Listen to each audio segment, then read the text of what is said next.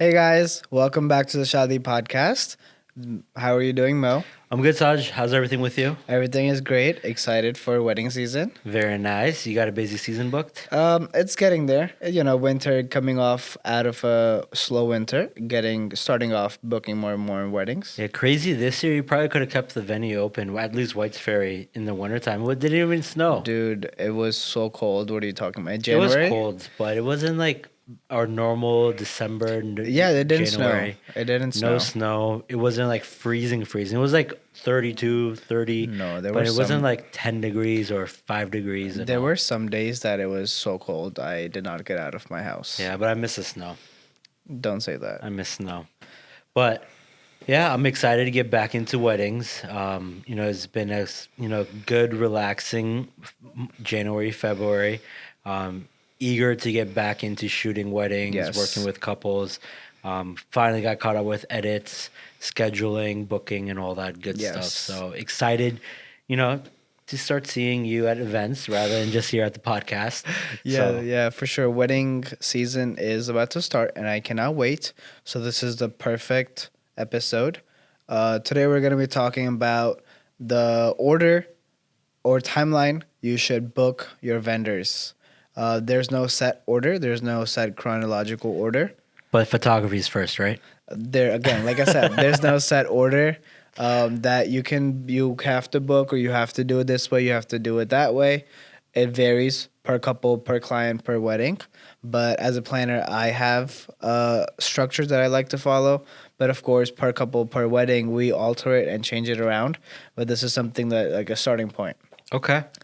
So I'm just gonna list all of them in the order that I like to do it in, and then we'll discuss later on in this episode of why and what you can change. Sure. Number jump into one, it. number one, definitely venue. Right, you have to have a date and a location to basically start everything. Second one would be planner coordinator. Definitely, guys, look into that before you get into booking vendors because they will help you book the vendors. Catering, number three. Number four would be photographer. Then comes your decorator design. And right after that would be DJ and production. Number seven, entertainment, like accent entertainment, other entertainment than the DJ if you're going to have it. Number eight would be cakes and desserts. Number nine would be hotels and transportation. And then last but not least comes your accent vendors like photo booths and all that. The fun ones. The fun ones. Yeah. Fun ones come last because we want to make sure we have a budget for it, right? Sometimes, a lot of times, I've had couples go book a photo booth first, but then on that, I'm like, you have zero budget. Why did you do that? So, just so everyone knows, this is not, a hard to go by list. This is just what we would recommend based off of Sahaj's experience. So don't think that, you have to go down in this order. Would be probably helpful, yes. So I'm going to ask, before we jump into this, Okay. it sounds like you're kind of going from a cost perspective, right? Like, did you come up with this process based off of like budgeting wise No, or? I mean, yeah, because of the accent vendors, yes, that has to be one of the later ones. If you have budget left for it, if you don't have a budget, like I said, if you book a photo booth number one or number two, and let's say electric violinist number third, we don't have a budget for it. So where is this money coming from, right? So again, from a budget, more like kind of in a budget perspective. Everything, a lot of variations and aspects play into this order. Okay. So a venue and location, like I said, will be number one because every vendor asks you where and when is the wedding, where and when do we have to come, and where we have to perform. Absolutely. I don't think you can book any vendor without them knowing, hey, do I need to drive 2 hours away? But I've had couples come to me as a venue and say, we already have a photographer and we already have a caterer. Now we need to lock down this location. Yep. But what they have already done is they have already decided on a date. So their date is not flexible and they just need a location for that date. So since we're kind of talking about timeline, from your perspective, we kind of went through the list already. When should a couple ideally start planning? Like, start looking for the venue and setting a date based off of that. Like, what do you You think? should start this discussion when and where, basically a setting like what city or outside the city or a venue, what you want. This discussion should start 12 to 14 months before you want to execute your wedding day. You cannot bring this up 6 months before. You should have a date and a location and a venue way before 6 months. I've had couples come to me even 2 months before, but that's a Thursday or a Friday or maybe even a Sunday. There's no way you're finding a Saturday in our Northern Virginia area if you're coming to any venue 2 months before. In the winter maybe, but no way in summer or fall because every Saturday is always booked out for most of the vendors. Do you think it's doable in 3 months, For four sure. months? I've done a wedding in 2 weeks, believe it or not. A full wedding A to Z in 2 weeks. Yeah. The couple came to me and they said, um, it's going to be very simple, very small. Of course, when you're doing planning it 2 weeks before, you can't get the everything you want. Yeah. You have to do with whatever that is available. And we killed it. We did it 2 weeks.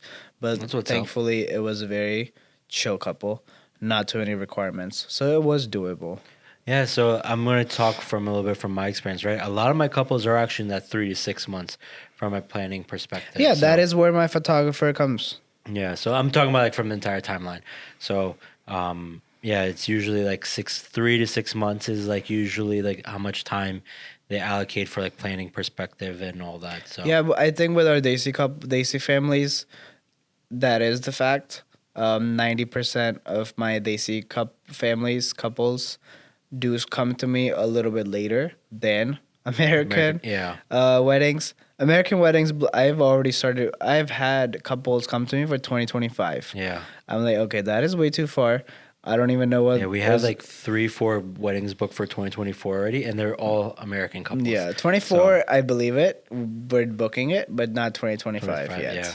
No, I definitely hear you. So let's when Okay. and where, right? So what's Yeah. kind of like when you're kind of thinking that, what are you thinking from a timeline perspective? What are we looking for? What are we kind of looking at as when we start with the venue and location? You should start booking or looking for venues 12 months to 10 months before your wedding date.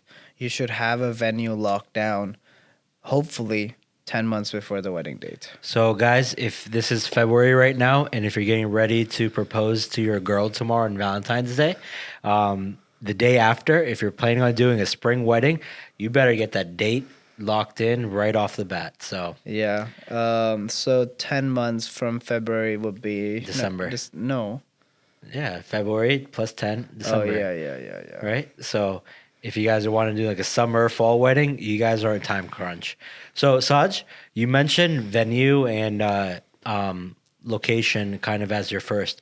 What about planner? Why are we not talking as not getting a planner in there first? If you so a lot of there's not a big crowd that can or wants to do a full wedding planner. There's a smaller crowd that does full wedding planner. There's a bigger community out there that wants to do partial wedding planning or coordination month of day of only. Not many people do full wedding planning. Number one, it is a little costly. Number two, people, they want to do the venue at least themselves and then get somebody to help them with everything else. So from my experience, doesn't venues have, or not venues, planners have special rates or connections with various venues to? Yeah, they do. So couldn't I technically save a little bit by, hey Saj, I'm getting ready to book venues, blah blah blah. I want to get a planner locked in. Are you able to kind of lock me in and then start shopping for venues with me? What's kind of like your take on that? See, again, my full wedding planning package does not get sold as much as the partial wedding planning, because people, a lot of times, 99% of the people want to have that date discussion and the location discussion with their families, and they just have not thought about it for planner yet. Okay. And when they have a venue and a location, that's when the next planning thing comes, then let's get somebody to help us with this. Got it. So in the ideal world, if you had the budget that Oh allowed it, yeah. you would essentially start with a planner. It doesn't necessarily need to be the venue and location No, first. 100%. Ideally, $1 million weddings start with a planner first. Okay, that makes sense. I agree. Kind of transitioning. So planner comes in after the venue's located according to this particular timeline.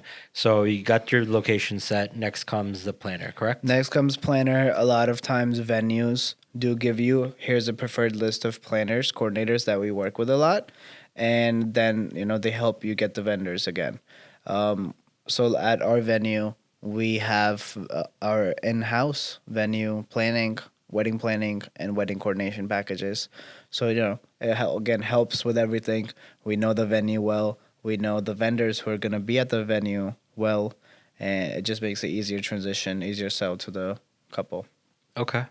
So, one thing that I normally like to discuss when I'm talking about planners and coordinators, um, venue provided coordinators versus an actual wedding planner.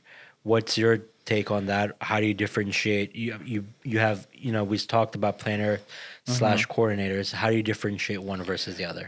So there's a lot of venues out there that have just one person or like who is not a event coordinator.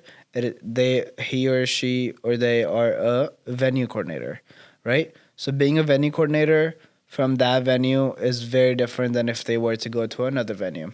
See, we have a full planning and coordination company. We go all over the DC, Maryland, Virginia, as well as the whole East Coast. So we're very comfortable with saying we are a full wedding planning and coordination company. Versus if a venue is only doing that venue, it's not the best. It could be, depending on how you connect and what you think about that couple. I'm not gonna bash all the venue coordinators out there, but preferably you want somebody that does this full time, that has been to multiple venues, that has seen the bad things that go on at Got so it. many Okay. weddings, just not that venue. Okay. So after planner and coordinator, we have caterer. Why caterer? So a lot of times, well, your two biggest expense at a wedding naturally will be number one venue, number two catering.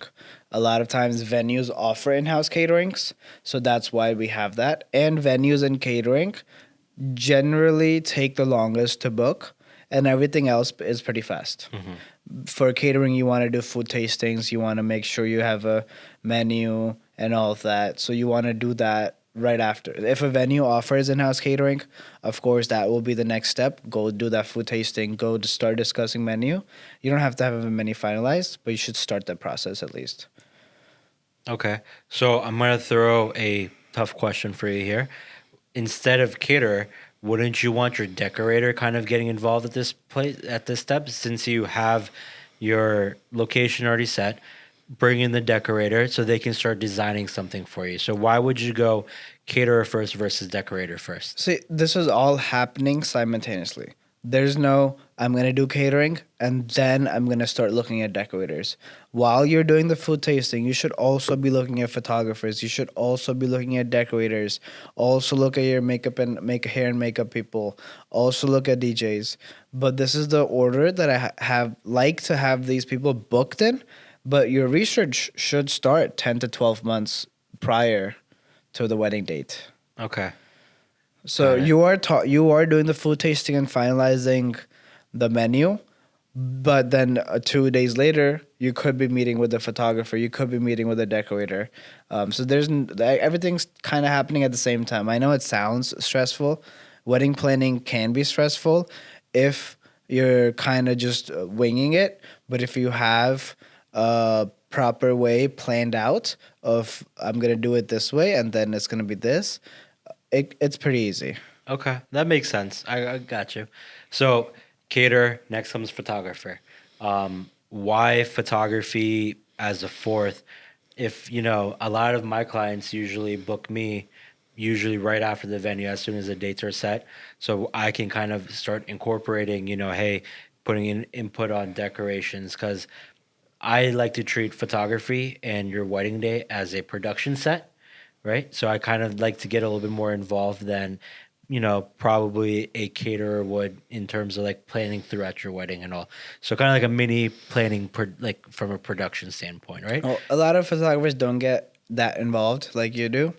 I have the photographer before a lot of other people also because I want to make sure we get that engagement shoot in. Okay. We want to make sure we have a because right after this, a couple might not have gotten an engagement shoot.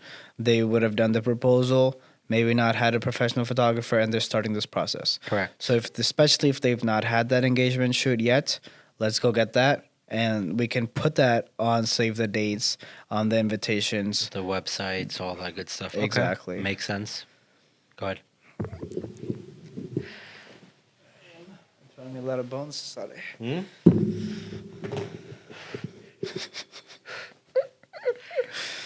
So we were good with photography, right? So we got photographers down. We got to save the date in. Decor and photography, I'm guessing, are kind of happening simultaneously. Simultaneously and production, because lighting, floor wraps, tablecloths, florals, they all are kind of the same category, right? Your So vibe. kind of like the ambiance. Exactly. Like setting up the ambiance. Yep. Okay. And at the same time, we're kind of transitioning into DJ, getting the up lightings, the lighting packages, glowing ceilings, and all that good stuff. Yeah, if you're very on the simpler side, DJ would come a little bit later. But normally lighting plays a big aspect. So we want to make sure decor and DJ and production like floor wraps and big welcome signs and all of that are being done and everybody's talking through the wedding theme. Okay. Understood. And I think I want to kind of interject one, right? I do think this is a good point to kind of get hair and makeup start getting involved, right? Typically, I recommend it right around the same time as you're booking your photographer. If they work with someone well, it's great to kind of know, hey, this photographer knows how this person does their makeup, so I can adjust, how I shoot accordingly and all. I also recommend getting the trials done as the engagement session's happening, so kind of lines up perfectly with one another. Yeah. So I think, between photography, DJ, decor, I think we should also kind of look into mixing in hair and makeup into this. I did forget about hair and makeup, did I not? Right? I forgot about You mentioned it earlier, but I think, we should. This is usually where I like to kind of integrate them together. No, I agree with you. Right, same with the engagement shoot. Get that makeup trial done for the engagement shoot. Perfect timing. Yep. Kill two birds with one stone. You time it correctly, plan it correctly. Your wedding planning will be super easy. You're just winging it. You're saying, "Oh, we'll take care of this later." It's gonna be stressful. It's not gonna be easy. I'll bite you then. Yeah. Yeah. Cool. So, DJ, we transfer from DJ into entertainment.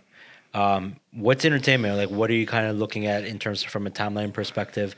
And then what are you looking at from a, like, overall experience wise? What are we talking about? So this entertainment would be like live singers, violinists for the ceremony, let's say, dance performances, all the other things other than the DJ that's going to be there. Like I said, bhangra performers, we have those a lot. Bollywood dancers, so all those things would come here. They are part of the accent vendor list, but we want to make sure because these vendors do get booked up, so we can't wait super long. Especially in our area, bhangra performers are super wanted. They're super limited. And limited, exactly. Yeah. So we want to make sure we get them. There's a ton of photo booths out there, so we can wait a little bit longer. There's a ton of limo companies, so we can wait a little bit longer for those things. Got it. Okay. So, entertainment, cool, love it. And now the fun part begins. Cake and dessert.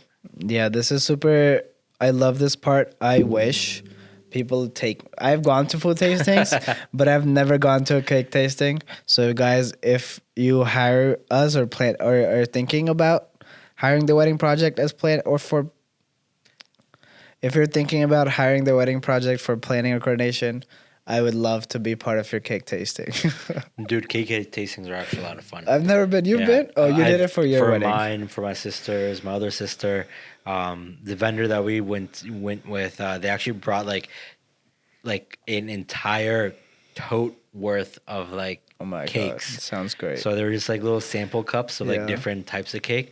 I think there was like 24 like different choices and all with different 24 icings. different choices. Dude, it was I had a stomachache that night, but it was totally worth it. I believe it. So it's probably one of the most fun vendors to work with. Cake tasting and dessert tasting. I've never ever been to one, sadly.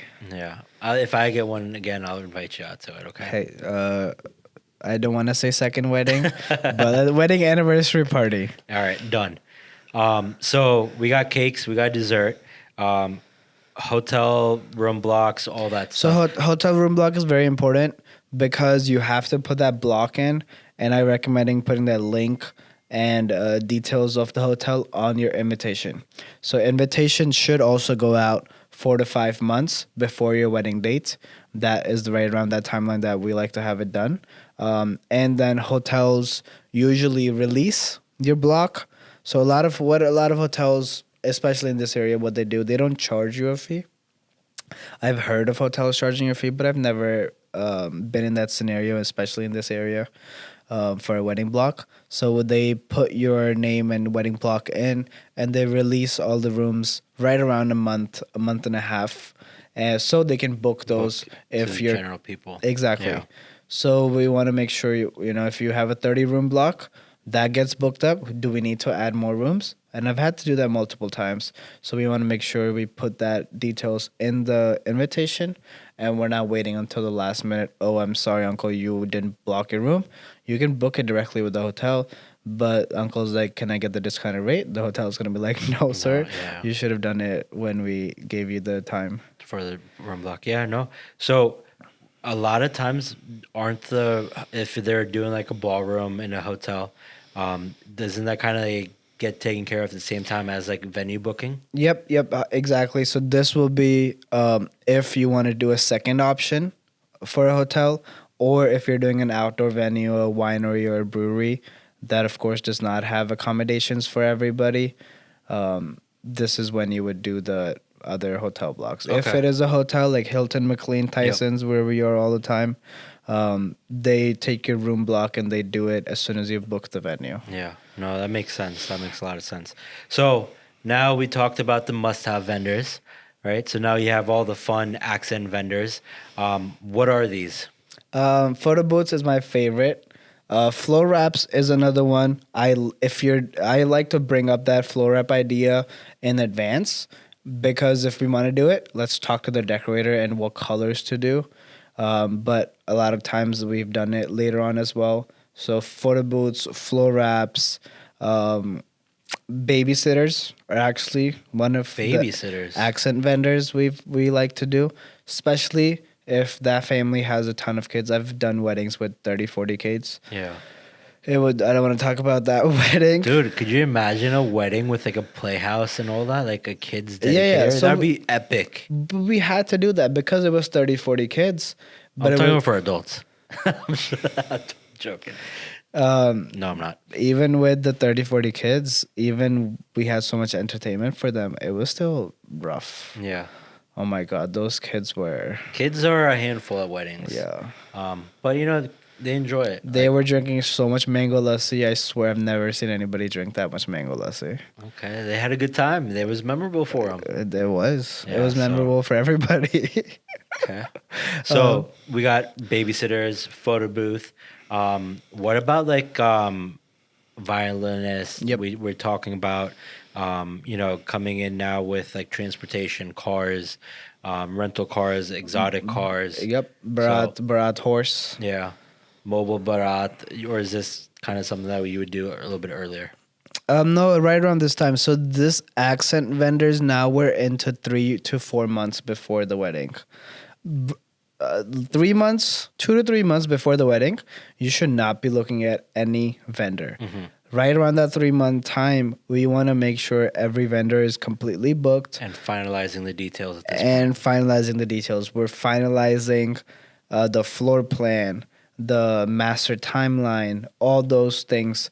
And last minute things come up. So we like to leave that 2 3 weeks, even that whole month, wedding month, blank, because Just to every cover. time something comes up that we have to deal with. Yeah, that makes sense. So, let's say the couple forwent, like, didn't go with a planner or a coordinator.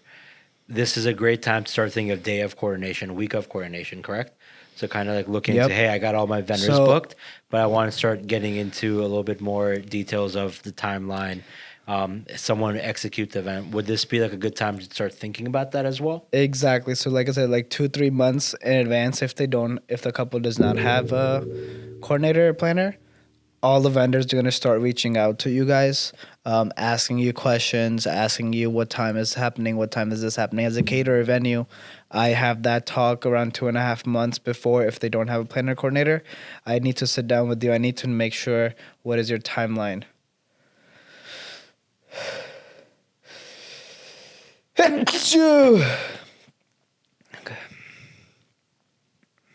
2.5 months before, I need to make sure I need to sit down with you. What is your timeline?